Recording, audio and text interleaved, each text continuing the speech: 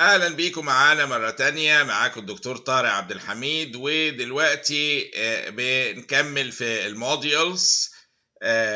وعندنا هنا سؤال: You are called to review a 55-year-old man on the wards who started fitting. يقصد دخل في convulsions. معلش expression شوية غريب.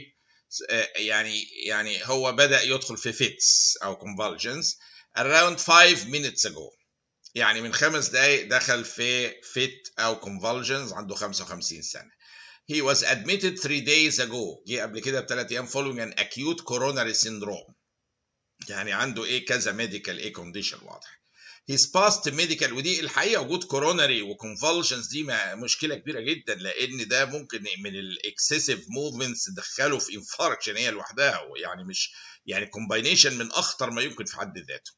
His past كأنه بيجري، انتوا تخيلين convulsions نفس الفكرة يعني وهو عنده كورونا. His past medical history includes tonic-clonic epilepsy. يعني واضح من الهيستوري which is generally well controlled on sodium valproate.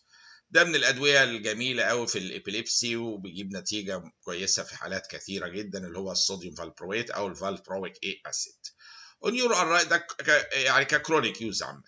On your arrival he is still in convulsions. هو مستخدم التعبير ده لكن يقصد في دي in convulsions. لسه الفيتس شغالة، يعني من 5 دقايق شغالة وانت جيت عقبال ما وصلته كمان شغالة. يبقى أنا قبل ما نتكلم يعني ونفكر دي احنا بنتكلم على حالة ايه ستيتس ايه ابيليبتيكس كده، طالما المدة الزمنية كده معدية كده. oxygen saturation is 99، يعني لسه ممكن يتلاقي on 100% oxygen. يعني كويس ان في حاجه يعني ايه مش ضايعه يعني. and his pulse rate 96 per minute، وده منطقي. شويه تاكيكارديا مع الكونفالجنز ده شيء طبيعي ومنطقي. ما انا بقول لكم كانه واحد بيحرك عضلاته كانها هي تاكيكارديا. intravenous access is already in situ، يعني هو جاهز يعني كمان الانترافينوس اكسس موجود، يعني مجرد بس الديسيجن والقرار. what is the most appropriate next step؟ تعمل ايه؟ دي ستيتس ابيليبتيكس. لما تذكر الستيتس ابيليبتيكس نقول انترافينوس لورازيبام وبعد كده نفكر. يعني انا بقولها لك اهو، يعني في حاجات ما ينبغيش نقعد نقول observation ايه الراجل في ستيتس ابيليبتيكس انترافينوس فينيتوين ده سكند ستيب، مش دلوقتي الاميديات على طول. احلى حاجه اللورازيبام ليه انترافينوس. بقى الميدازولام، كول انستيتيك دكتور. كل ده يا وقت يا اما ملوش فايده immediate. اللي بيأكت على طول في الستيتس ابيليبتيكس احسن حاجه بجميع الكلينيكال ترايلز اللي اتعملت او نسبه كبيره منها الانترافينوس لورازيبام.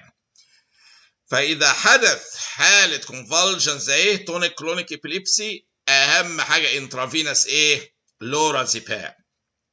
طيب ادينا له انترافينوس لورازيبام، لو نوت افيلابل اللورازيبام ده نعمل ايه؟ يعني نقعد ايدنا على خدنا جنبه؟ لا طبعا، في الترناتيف انترافينوس دايازيبام.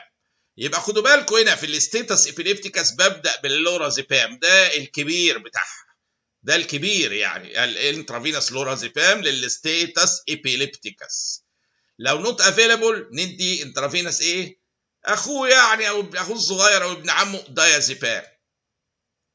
لو نو انترافينوس اكسس، يعني كل حاجه افيلابل بس المشكله ان انا مش عارف، ده بقى حظه حلو العيان ده كان عنده الانترافينوس اكسس جاهز. لو نو انترافينوس اكسس ندي انترا ماسكولار ميدازولام. يعني انا عاوزكم ليه انا بهتم بحاجه كده؟ اصل بصراحه فيها حياه بني ادمين دي. فاحنا السؤال اجابته ستيتس ابيليبتيكس وندي انترافينوس لورازيبام، بس معلش انت ممكن بكره يجي لك حاله كده وتبص تلاقي مش لاقي لورازيبام. عارف المعلومه، ادي دايازيبام انترافينوس. او تيجي مش عارفين نجيب له اكسس للانترافينوس، ادي له انتراماسكولار ميدازولام. الام مع الام انتراماسكولار مع ميدازولام. طيب هنا هوت بعد كده لو ده مش جايب نتيجه نعمل ايه؟ ندي انترافينوس فوسفينيتوين، اللي هو فينيتوين يعني احد الاشقاء بتوع الفينيتوين والديريفاتيفز بتاعته. يبقى انا كعلاج للستيتس ابيليبتيكس، ودي كان حاله طبعا ستيتس ابيليبتيكس واضحه مستمره، وكان بلا تفكير في الستيتس ابيليبتيكس ندي انترافينوس لورازيبام، ده الاساس في العلاج، المين ستي بتاع العلاج.